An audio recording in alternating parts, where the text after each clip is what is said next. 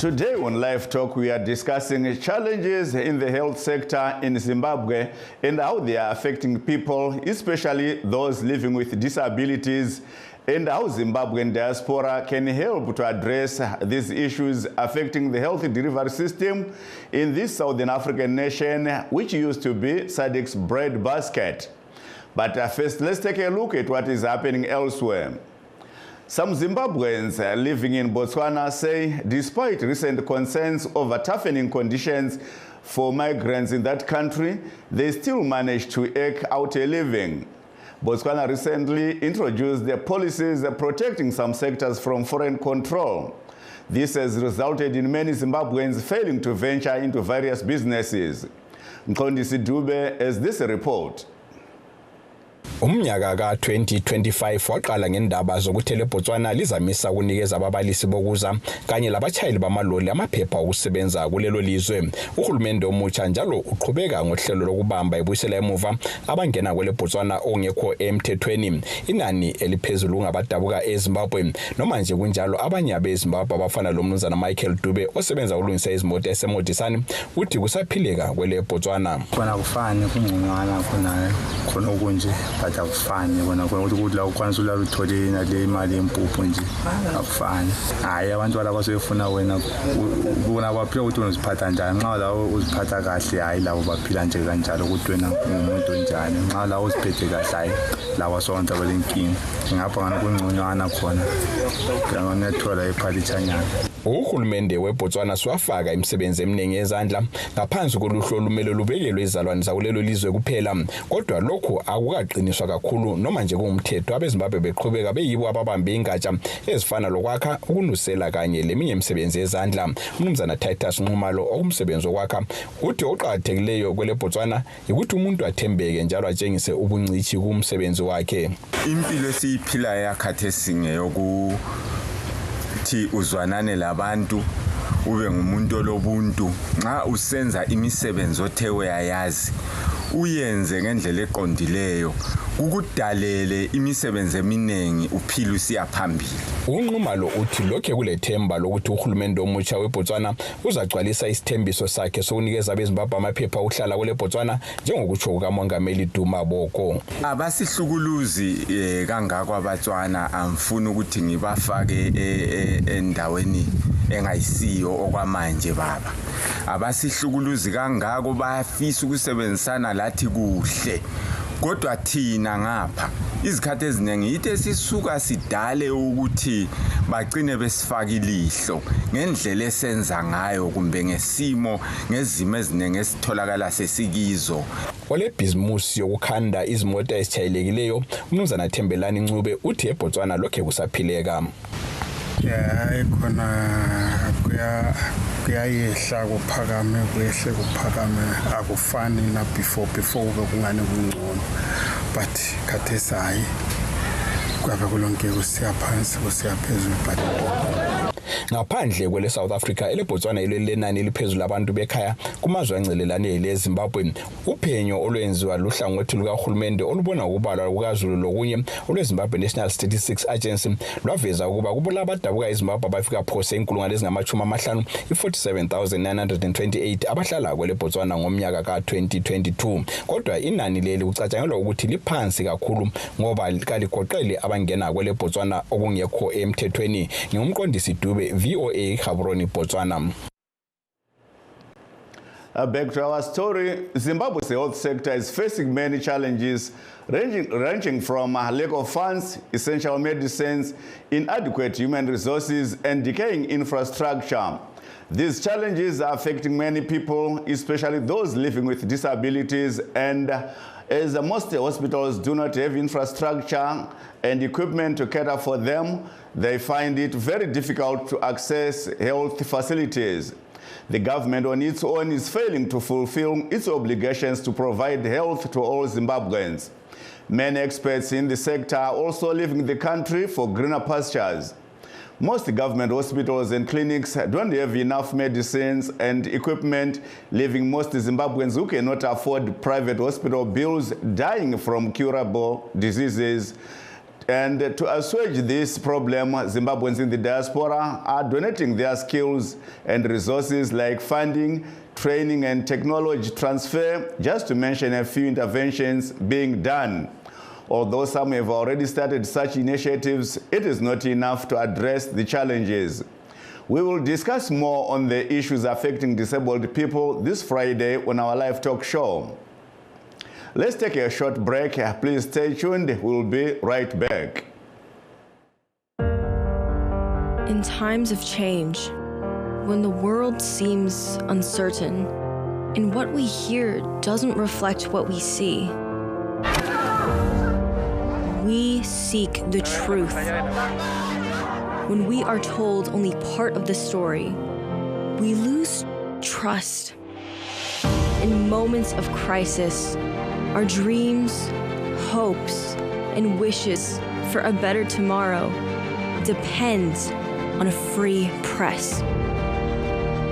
At Voice of America, we bring you the stories that people take risks to see. We connect the world and unite it with truth. At Voice of America, we show you the whole picture. For those that have just joined us, please note that we are streaming live on our Facebook pages, VOA Shona, VOA Studio 7, and VOA Ndebele. We are also live on YouTube, VOA Zimbabwe. To discuss this issue, we are joined by independent health expert Dr. Frank Guni, who is in Maryland here in the United States of America, Mr. Mandibuya Mutepa, who is based in Calgary, Canada, and Dr. Matthew Nyashano, who lives in Britain. Welcome to Live Talk, gentlemen. Good evening, Zimbabwe, and thank you for inviting. Thank you so much. Let me start with you, Dr. Guni. We hear that things are bad in Zimbabwe's health sector. What's your comment on this? Well, it is not a secret that Zimbabwe has serious health challenges, especially in terms of utilities that are needed by our medical practitioners in the execution of their duties, which is the reason why you see that those with money or those in power continue to seek medical assistance or treatment outside of Zimbabwe, whereas we could do even much better by simply stocking our hospitals and other medical facilities with the resources that they need, so that our people, both the rich and famous, as well as ordinary Zimbabweans, can receive better treatment locally in Zimbabwe. Mm-hmm. Sometimes it's even shocking that the simplest of materials, small things like even a stethoscope, you go to a clinic, there is not even one. Whereas we buy very expensive cars for politicians and so forth.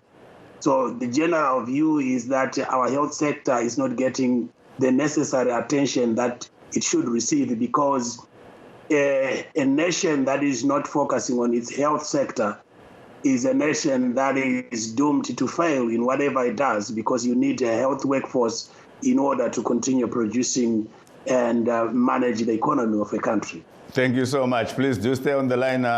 Let me go to you, Mr. Mutepa. We understand that you have an organization that is called Friends of Karanda Mission Hospital that is helping Karanda Mission Hospital source for equipment and funds. May you tell us why you ended up forming this organization? Thank you, Mr. Jonka. In a nutshell, personally, I had an experience whereby I had my father died of cancer at the age of 57. My brother, firstborn in our family, he died of cancer at the age of 44. Then I had a cousin brother very close to me, close to my heart. He was diagnosed of brain tumor at the age of 44. He struggled to raise money for operation. The first operation needed almost something like 22,000. We struggled. We tried to mobilize resources from relatives and friends. We couldn't raise much. Hardly 10 months after the first operation, they had to do a second op, which we ended up doing GoFundMe. Again, the GoFundMe actually did not raise much, to the extent that at some point we ended up taking his personal car, giving it to the doctor and saying, you know what, doctor, can you operate our brother? Once we raise enough funds, we'll come and give you the money, and then we'll take back our car. As an individual, that touched me, my heart, so a lot, because I would then say, if those who are resourced or who are at least able to raise something would go through all these hardships, what of an old lady or an old man in the rural area down there in Uzomba or in Lotito? What will happen to them? They will simply die. So as a result of what I personally went through, especially with my brother, it then made me say, you know what, maybe we could make an arrangement with the hospital. We try to mobilize resources globally and then ensure that this hospital is well resourced, and they would say anyone who comes at the hospital with any problem of cancer, they could be treated. I was very helped to link up with the doctor of Karanda Mission Hospital. Then we agreed on this, that we form what we are now calling Friends of Karanda, and we are mobilizing resources globally from every potential Zimbabwean who can give any amount, $5, $10, $20. It would go a long way. So in a nutshell, this was really as a result of my personal experience, and I then feel for my fellow Zimbabweans that those who cannot afford, the less privileged, a lot of people are dying because they can't afford these medical expenses. Thank you so much. Please do stay on the line, Mr. Mtefa.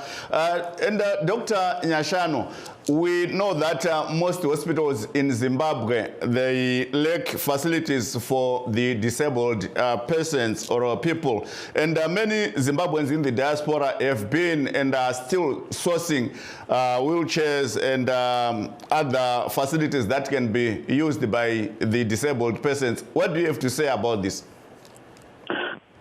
Yes, definitely. It is very important that disabled people are catered for. And there are some initiatives here and there from people in diaspora, especially, in America, in Zimbabwe, in Britain and in Australia.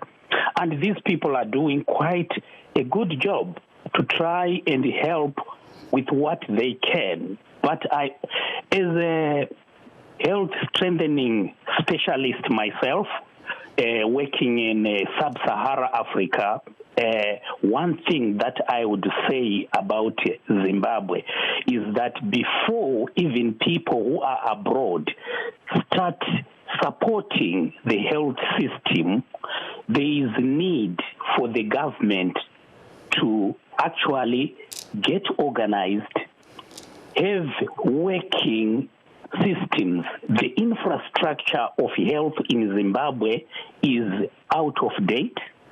Not only out of date, it is dilapidated. There is no any strategy in terms of how they cater for cancer patients. I've heard Mr. Mtepa talking about cancer. An organized government will have a cancer strategy.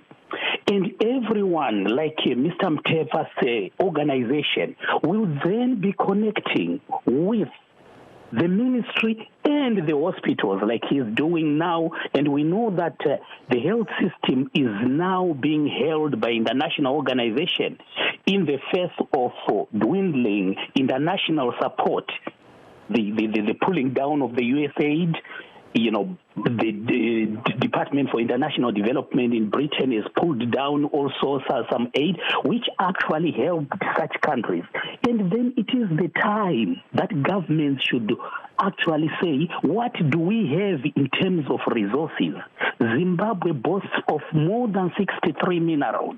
There is massive exploitation of lithium, diamonds. But these are not filtering to the poor people, not only the poor people, but the health infrastructure. So if the government does not lead by example, the people in diaspora find it very difficult to actually help. And this is why they then target some non-governmental organization, because there seems to be some order there. But this thing should be coordinated by the government. This is the only way that the government can harness the strength, the diversity, and the commitment of the people in diaspora, especially the professionals who are working in health.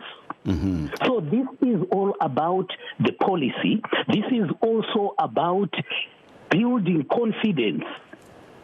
Because if a system is full of corruption, some people who have money are not ready to do that. I know of some Zimbabweans who are actually donating some money to strengthen health systems in Africa because they know that their money is going to youth. So this is one of the things that we need to do. Let's build the confidence of people. Let's have a working policy, and that will galvanize the people who are in diaspora. Thank you so much. Let me go back to Dr. Guni. Dr. Guni, you heard what the two other guests said, Mr. Mtefa and Dr. Nyashano. Anything to add or subtract? No, I completely agree with them. I think the advantage we have is that Zimbabwe has the human capital in terms of medical practitioners and other supportive healthcare workers. The people are there. The expertise is there. We generally have a good distribution of medical facilities around the country. We just need to equip those facilities, revamp them, renovate them, and bring them up to global standards. And as well as focusing in ensuring that we do facilitate the provision of adequate medical supplies and equipment that's needed. Because right now it has become normal in Zimbabwe that anyone who goes to a medical facility, the doctors just tell you what you need to go and buy. You go and buy whatever is needed in the open market, and then you bring it back to the hospital. That's not the normal way that health facilities are supposed to function.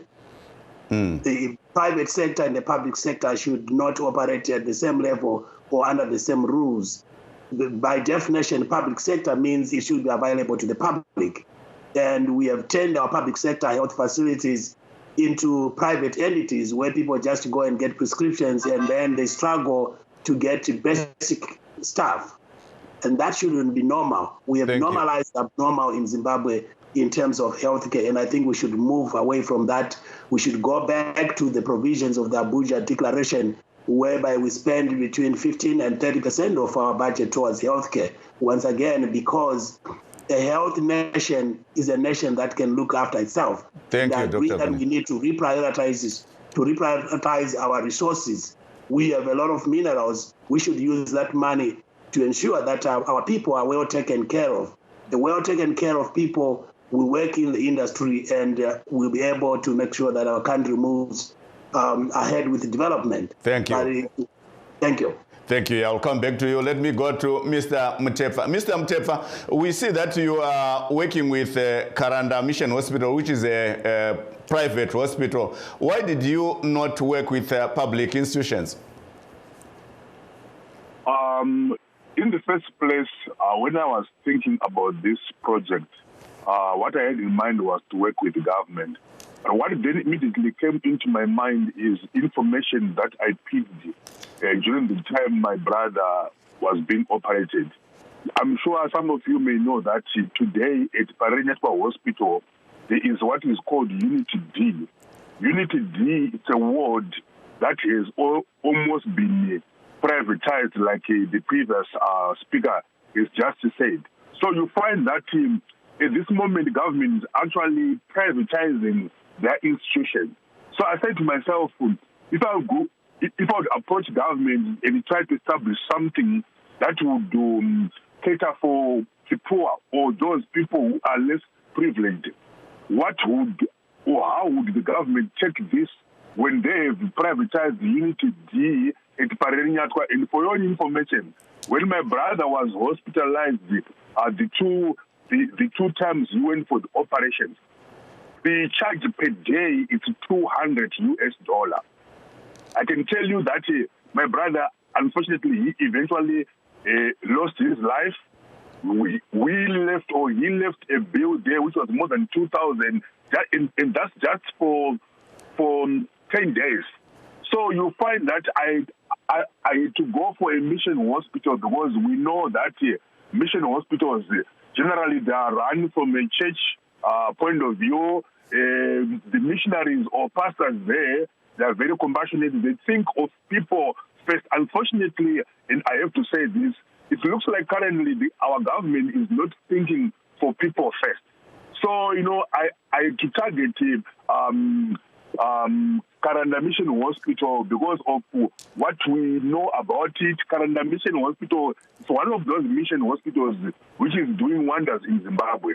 And they are also treating even sometimes patients from outside Zimbabwe, Mozambique, Zambia, and Malawi, as far as the records of the mission are showing. So missionary work is what they consider first, and hence I decided to go and team up with Karanda Mission Hospital. Ndinotenda zvikuru. Thank you so much. Regaitende kuna Dr. Nyashano. Dr. Nyashano, matambudziko ese amuri kusimudza aya kana asimudzwa nevamwe vatauri, matambudziko anogona kunge achisvika munzeve dzehurumende nguva zhinji. Chii chiri kuitika kuti Zimbabwe inge ichinonoka kugadzirisa matambudziko aya? Tingati here iri kushaya zvikwanisiro kana kuti haina hanya? Pane zvinhu zvatinogona kutaura pamusoro pekusawana zvikwanisiro zvakakwana panyaya yeutano muZimbabwe iri kuitwa nehurumende. Chekutanga ndechekuti hurumende haina kugara pasi ikaita yatingati kutsvagurudzo yekuti toita sei pane zvakadai, toita sei pane zvakadai, nekutora nekuumba yatingati strategy pachirungu, kuti tine vanhu vanorwara nekensa, isusu strategy yedu segovernment toita sei, ndezvipi zvatinofanira kuita in place. Tine vanhu vanorwara neBP, pane strategy to deal with that. Saka hurumende haina zvose izvozvo. Hurumende zvakare yakatadza kunge ichigadzira utano kuti husimbe. Iye zvino tinoona kuti ukaenda pachipatara chakaita sechekuParerenyatwa, wakuwana kana usina mari kuti uende kuprivatized ward, unotongonofa even usina kana mapainkillers anotokunetsa, unotofana kutenga zvinhu zvese. So zvakureva kuti vanhu vakutotenga mushonga, ende zvinenge zvakunetsa ndezvekuti government unoona dzimwe nhambo mapriorities ayo. Why do you order military equipment as though you are at war, kunge muri kurwa hondo nedzimwe nyika kana kuti nevanhu venyu, pachinambo chekuti mushandise mari iyoyo kuti mugadzirise mahospital? Hatisi pahondo isi kuti tinoda motikari dzinobudisa mweya unovava vanhu kana vakuita strike. Unoona kuti government inenge hasi haina ambulance. Saka ipapo ndo misplaced priorities anozoita filter down, anozouya pasi achiratidza kuti kana vanhu vachifunga kuti kutsvaga chinouraya vanhu tisati tatsvaga chinorapa vanhu zviri nani, wotoona kuti hapana ane pfungwa dzekuziva kuti utano hunomiswa sei. Ende izvozvo ndo zvinoita kuti zvizvarwa zvekuZimbabwe zviri kunze zvinge zvichizotsvagana nemahospital akaita semamissionary hospital, nekuti vanoziva kuti vanhu vepamisheni vanhu vanoda kubatsira vanhu vachishandisa shoko raMwari, uyezve vanhu vanoita zvinhu nemazvo. Nekuti ukatora zvinhu zvako zvinopedzisira wezvoendesa kuParerenyatwa, unozoziva sei zvinopedzisira zvapindwa kuprivate one. Tinotenda. Yes. Ndinotenda Dr. Nyashano, ndinodzoka kwamuri. Regai tiende kuna Dr. Guni. Dr. Guni, we are seeing that or there's an upsurge recently of Zimbabweans leaving the health sector, going especially to the United Kingdom and other first world countries looking for greener pastures. What can the government do to retain these experts? It's very simple. The government of Zimbabwe needs to ensure that they provide remuneration or payment for services that is commensurate with the services rendered and comparable to other regional countries. And also, again, I had to do this, but I have to go back again and say, ensure that our medical practitioners are provided with the equipment that they need to give adequate services to their patients. It's very frustrating for a practitioner to be in a medical facility and they have patients, but they have nothing to give them, which ends up in what we are seeing now, that doctors will write a piece on a piece of paper to say, go and buy this and this if you want me to treat your relative. And you now have relatives having to sell their properties to go and get whatever is needed, be it drugs, be it equipment, to bring to a public health facility. And that's very sad. It's painful, but I think at the end of the day, healthcare workers will end up looking for greener pastures if they get frustrated because they go to work, but they can't do their work because they don't have the adequate supplies. I want to chip in a little bit on what Dr. Nyashano was saying. It's very, very important that those in power have proper advisors working with them.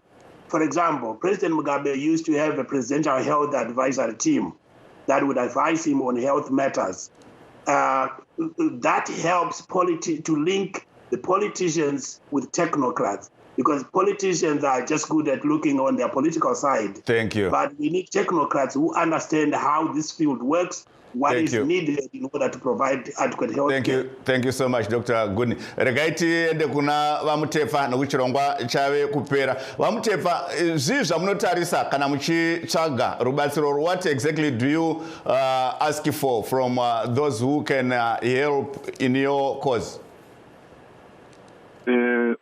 We are actually inviting all Zimbabweans to visit our website, which is, if people Google Friends at Karanda Mission Hospital, they'll get access to our website, or even go on our website or on our Facebook page and LinkedIn page. We are just asking Zimbabweans to donate any amount.